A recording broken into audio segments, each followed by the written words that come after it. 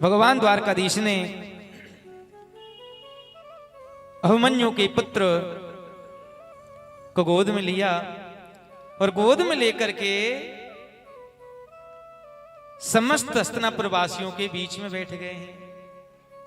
भगवान श्री कृष्ण की भूआ लगती है माता कुंती। और आज भगवान श्री कृष्ण ने पूछा कि भूआ लाला को नामकरण संस्कार कर दिया होगा। जब घर में जीव जन्म लेता है तो आप लोग हम लोग कुछ छोटे छोटे शास्त्रों की विधि को भूल जाते हैं। जब बच्चा घर में जन्म ले लेता है तो जन्म लेने के कुछ दिन के बाद बच्चे का हमको जाति कर्म संस्कार कराना चाहिए। किस वर्ण में बच्चे ने जन्म लिया, जाति कर्म संस्कार कराने के बाद में शास्त्र तो ऐसा कहते हैं कि उसके बाद मुंडन संस्कार कराएं। लेकिन मुंडन संस्कार की कुछ विधि हैं। कुछ लोगों की मान्यता होती है कि महाराज जी नवरात्रों में जाकर के कुल देवी परिमुंडन संस्कार कराएंगे, वो आपकी परंपरा है। लेकिन शास्त्रीय कहते हैं कि जाति क्रम संस्कार होने के बाद में बच्चे का मुंडन संस्कार कराएं। मुंडन संस्कार कराने के बाद में बच्चे का नामकरण संस्कार कराएं महाराज। और नामकरण संस्कार जब हो जाता है तो हमेशा बच्चे के दो नाम रखें।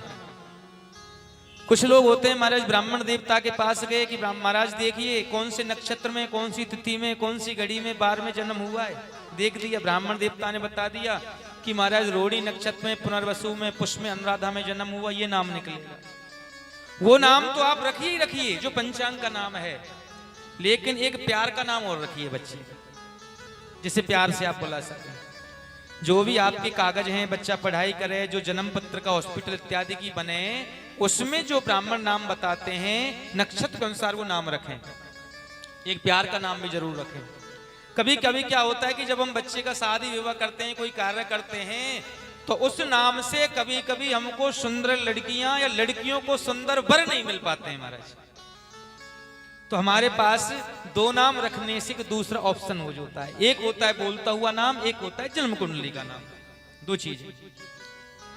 तीसरी चीज सबसे महत्वपूर्ण है महाराज कि आजकल आपके घर में जब बच्चे जन्म लेते हैं तो हम आप क्या करते हैं कि जैसे ही बच्चा 1 महीने का हुआ, नहीं कोई तो चॉकलेट खिला देगा बच्चे को, कोई चावल खिला देगा, कोई बिस्किट खिला देगा, कोई दाल खिला देगा महाराज। ऐसा कदापि नहीं होना चाहिए। बच्चा जब घर में हो जाए जाति क्रम संस्कार करें, मुंडन संस्कार करें, नामकरण संस्कार करें। इसके बाद में चौथा संस्कार है अन्नप्राशन संस्कार महाराज। ब्राह्मण से शुभ घड़ी में, शुभ तिथि में, शुभ मुहूर्त ही निकलवा करके बच्चे को मुख में अन्न डालें महाराज। और ऐसा नहीं करते हैं तो कुछ लोग कहते हैं महाराज पता नहीं मेरा बेटा धीरे धीरे बड़ा होकर बिगड़ता जा रहा है महाराज, बड़ा क्रोधी होता जा रहा है महाराज। तो इन चीजों का विशेष ध्यान रखें। मुख्यतः दूसरी चीज होती है कि महाराज बच्चा कभी कभी 27 में जन्म ले लेता है, जैसे मूल नक्षत्र कहते हैं। मूल के 6 नक्षत्र होते हैं हमारे।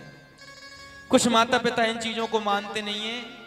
शास्त्र ये कहता है कि अगर कोई भी बच्चा आपके गंडमूल में या मूल में नक्षत्र में जन्म लेता है, अब माता तो बेचारी कर भी क्या सकती है, लेकिन पिताजी को और मामा जी को जब तक मूल शांत नहीं हो जाए बच्चे का मुख भी नहीं देखना चाहिए।